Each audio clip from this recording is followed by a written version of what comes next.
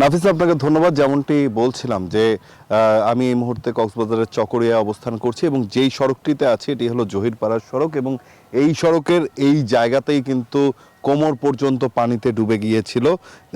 এখনকার চিত্র আসলে দেখতেই পাচ্ছেন যে পানি অনেকটা নেমে গেছে, রাস্তার অনেকটা দৃশ্যমান হয়ে গেছে, মানুষের ভোগান্তি সেটি কিন্তু অনেকটাই কমে গেছে।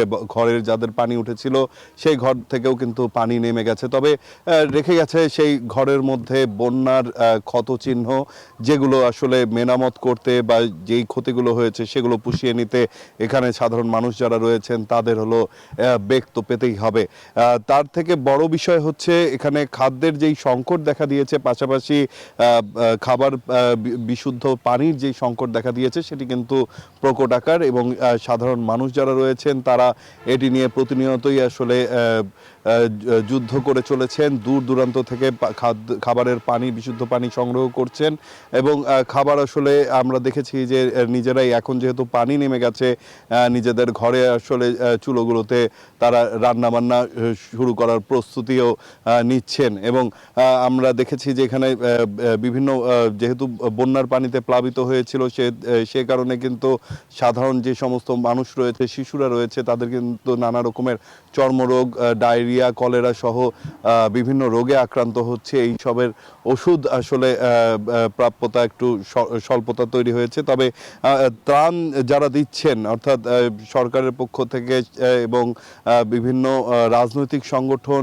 এছাড়াও বিভিন্ন মানবাধিকার সংগঠন তারা যেই ত্রাণগুলো দিচ্ছে সেই ত্রাণ সামগ্রীর সাথে কিন্তু প্রতিনিয়ত জরুরি যেই সমস্ত ওষুধ রয়েছে সেগুলোও কিন্তু তারা দিচ্ছেন, খাবার, স্যালাইন প্রোভাইড করছেন এবং সাধারণ মানুষ যাতে জীবনযাপন ঠিকভাবে করতে পারে, নিজেদের যেই ক্ষতিটা হয়েছে সেটি পুষিয়ে নিয়ে উতরিয়ে উঠতে পারে সেই বিষয়ে কিন্তু তারা সর্বাত্মক সাহায্য সহযোগিতা করছেন। তো এই ছিল এখন পর্যন্ত আমার কাছে এখানকার সবশেষ তথ্য।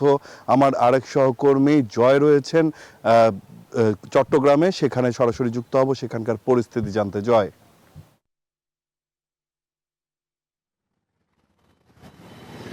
যেকেও আপনি যেমনটা দেখিয়েছেন, আমি চট্টগ্রামের সাতকানিয়ে আছি, দেখতে পাচ্ছেন যে আমরা যে ঘরে আছি এই ঘরের অবস্থাটা দেখলে কিন্তু বুঝতে পারছেন কেমন ক্ষতি হয়েছে। পুরো দেয়াল ঘর আমরা দেখতে পাচ্ছি, দেয়াল একেবারে মাটির ঘরের দেয়াল কিন্তু ফাটল দেখা দিয়েছে, একদিকে পড়ে গেছে, ধসে গেছে, আরেকদিকে ফাটল দিয়েছে। আমরা আপনার সাথে একটু কথা বলতে চাচ্ছি। আপনার বাড়ি তো একেবারে কি এভাবে ধসে পড়েছে?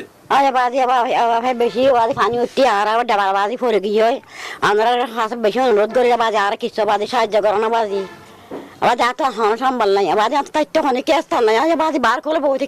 দেখতে পাচ্ছেন যেভাবে ধসে পড়েছে, এরকম কিন্তু আমরা যেখানে আছি সাতকানিয়ে আরো অনেক ঘর কিন্তু এইভাবে ধসে পড়েছে, কাঁচা ঘর। তারা খুব কষ্টের মধ্যে আছে, যেহেতু পানি হয়েছে বেশি তার কারণে কিন্তু তারা দুর্ভোগে পড়েছে, তারা সাহায্য সহযোগিতা চাচ্ছেন। আমরা আপনার সাথে একটু কথা বলতে চাই যে আপনার ঘরের কি অবস্থা, কেমন পানি ছিল ভিতরে? অনেক পানি ছিল, পানির মধ্যে আমরা পানি যখন পারছে পানি থেকে বাড়ি হয়ে আরেকজনের বাড়িতে চলে গেছি। এখন বাড়িতে থাকার মতো পরিবেশ নেই, এখন বাড়িতে যে পর্যন্ত পানি থাকার কোনো পরিবেশে নেই। আমরা অনেক কষ্টের মধ্যে আসি। আমরা সাতকানিয়া ইউনুস সাহেবের হাত থেকে, আমাদের এমপি মহোদয়ের হাত থেকে আমরা কিছু সাহায্য অনুদান চাই আমাদের বাড়ির।